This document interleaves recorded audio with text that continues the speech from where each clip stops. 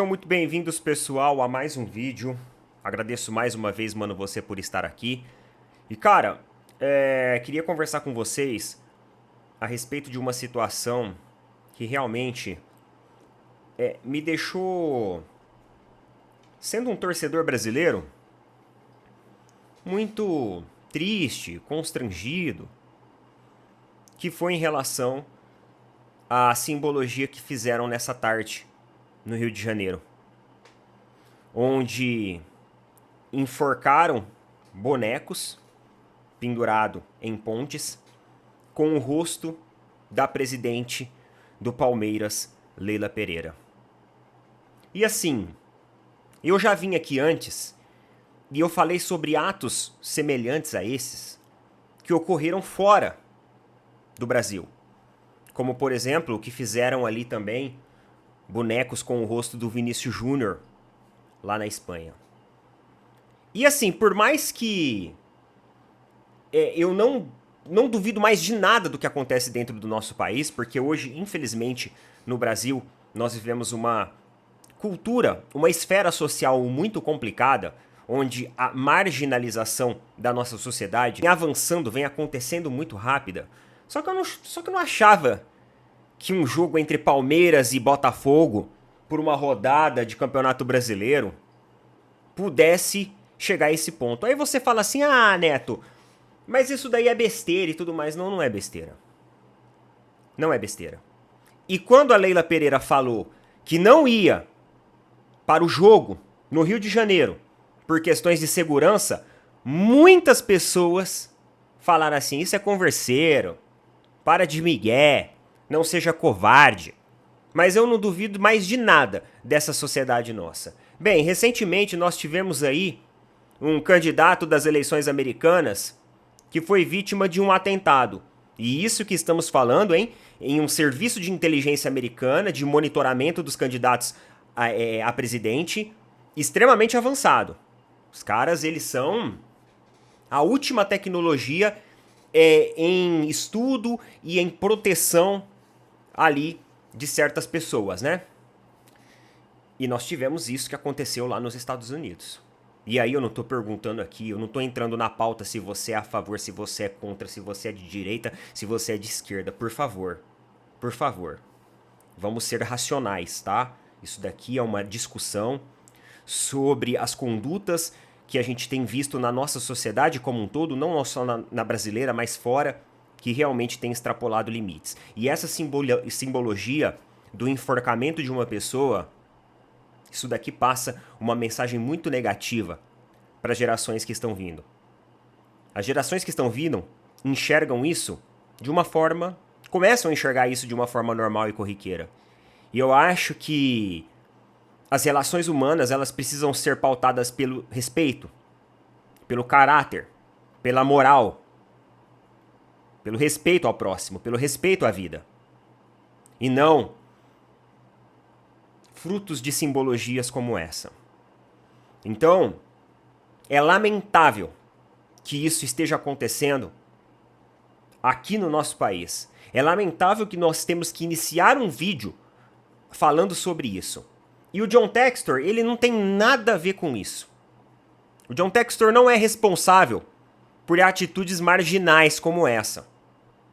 O John Textor não é responsável por baderneiros, por pessoas que acham isso engraçado, por pessoas que vê qualquer tipo de humor na simbologia do enforcamento de uma pessoa, seja ela qual for, seja ela quem for. Não, o John Textor, ele não tem responsabilidade nisso. Mas ele precisa vir a público sim, repudiar, assim como a Leila já veio a público e repudiou atos de violências que aconteceram dentro e fora dos gramados. Então, é necessário um posicionamento, ele, como presidente do clube de futebol, como líder, como a pessoa que eles diz ser, né, que defende o bom futebol, que defende o futebol brasileiro da corrupção. Então agora é a hora dele mostrar a cara, dele aparecer e dele repudiar aquilo que supostos torcedores, que eu prefiro nem me referenciar a esse tipo de pessoa, a esses marginais como torcedores, porque isso não é torcedor, isso é marginal. Isso é marginal. Ah, mas é só um boneco. Ah, mas não, é uma simbologia. É uma incitação à violência. Não é só um boneco.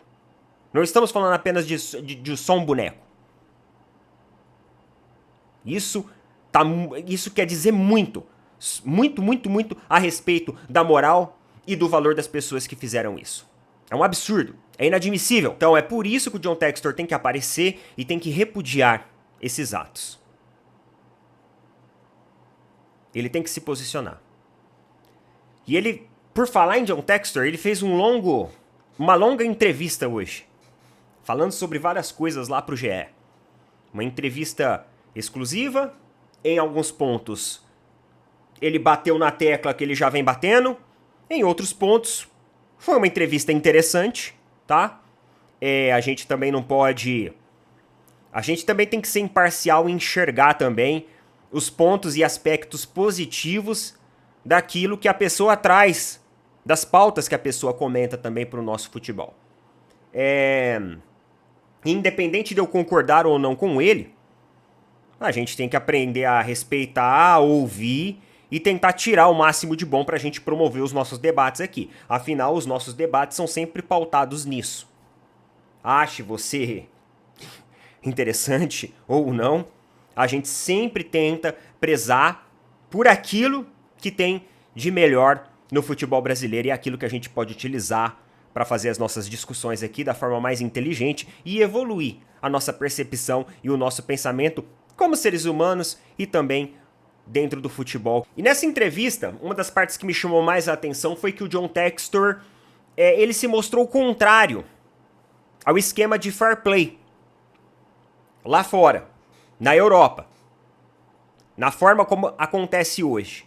E obviamente que ele é contrário a isso, claro. As movimentações de negócios dele, se você for observar ali, né, a forma como ele tem feito os últimos negócios, ele tem amarrado os negócios dos clubes europeus dele com o clube brasileiro do Botafogo, você começa a perceber que realmente ele é contra isso. E na verdade, ele utiliza o Botafogo aqui também como uma manobra financeira para poder fazer ali as suas estratégias de mercado. Ok, se ele tem a possibilidade de fazer isso, beleza. Ele foi lá, adquiriu, pagou, tá tudo certo, ok. Ele enxerga isso da forma como achar melhor. Aí eu não sei como fica a visão dos torcedores em relação a essas manobras, mas ok. E aí ele falou aqui o seguinte, ó, vamos lá.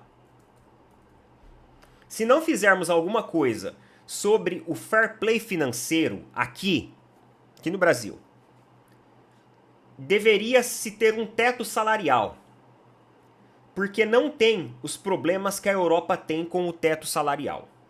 Seria um limite contido internamente. Você não poderia gastar mais do que essa quantia de dinheiro e garantiria que o fluxo ajudasse os jogadores a longo prazo de todos os níveis. É possível fazer isso de forma bem saudável.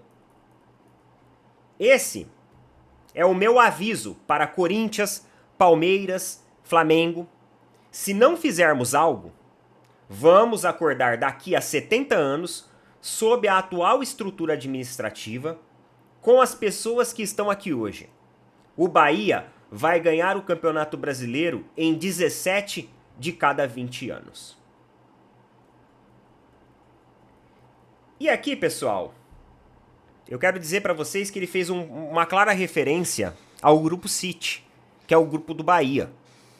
Na visão dele, se vocês forem lá na entrevista, obviamente que eu não vou trazer tudo aqui, vamos sintetizar para ficar mais dinâmico e mais rápido, mas se vocês forem lá na entrevista dele, ele falou que o grupo dono do City avançou muito. E que esse grupo também não é apenas um grupo esportivo, mas é um grupo político-econômico muito forte lá dos Emirados Árabes. E que, na verdade, ele não está lutando contra um clube de futebol.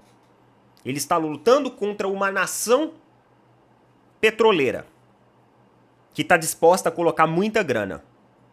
E aí ele fala sobre essa questão do fair play, de você estabelecer um teto de gastos dentro do futebol brasileiro para você poder delimitar a quantidade desse valor que será investido.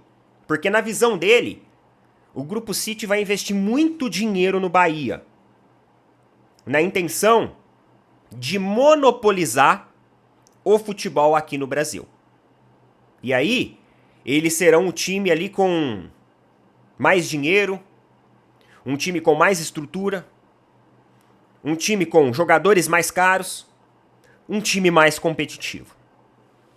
Só que tem uma coisa que o John Textor esqueceu em toda a análise que ele fez: os aspectos socioculturais. Se você assistir uma entrevista da Leila Pereira, de uns meses atrás, ela falou que uma das maiores dificuldades do Brasil atrair bons jogadores da Europa, dos Estados Unidos, é justamente não só o aspecto de salário, mas também a infraestrutura do país. Muitos atletas não querem vir morar em grandes cidades brasileiras, devido à questão de estrutura da cidade, dificuldade de acessibilidade aos filhos para a escola, para suas rotinas e principalmente violência. Quando um atleta ele recebe uma proposta para ir para uma grande cidade, capital europeia, para ir para os Emirados Árabes ou para boas cidades americanas, lá ele vai ter uma infraestrutura melhor, que vai atender ele melhor. Ele vai ter aspectos culturais melhores, que irão atender ele melhor. E ele vai ter aspectos sociais, como por exemplo a segurança, que vai atender ele melhor. Por que vocês acham que o Messi preferiu ir para o Miami, em vez de ir para um clube brasileiro, em vez de continuar disputando um futebol de alta performance? Foi apenas questão salarial? Não. Não. A estrutura também influenciou muito nisso. Então não adianta a gente achar que, nossa, vamos colocar ali um fair play financeiro. Por mais que o Grupo City eles queiram evoluir o time do Bahia, eles vão ter um teto para trabalhar.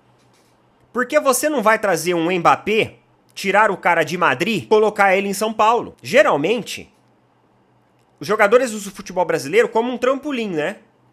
E quando eles retornam ao futebol brasileiro, na sua grande maioria, são porque tem raízes aqui. O Felipe Anderson veio pro Palmeiras por quê? Porque ele tem raízes aqui, ele tem familiares aqui. Agora o Messi, ele tem familiares no Brasil?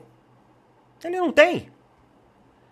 Então, por mais que o Grupo City injete dinheiro no Bahia, eu vejo que a estratégia do Grupo City é organizar uma equipe que seja competitiva, que fique ali entre os 6, 7 melhores clubes do futebol brasileiro, para que eles evoluam e cresçam categorias de base, porque dentro do futebol brasileiro, a categoria de base hoje é o mercado mais promissor.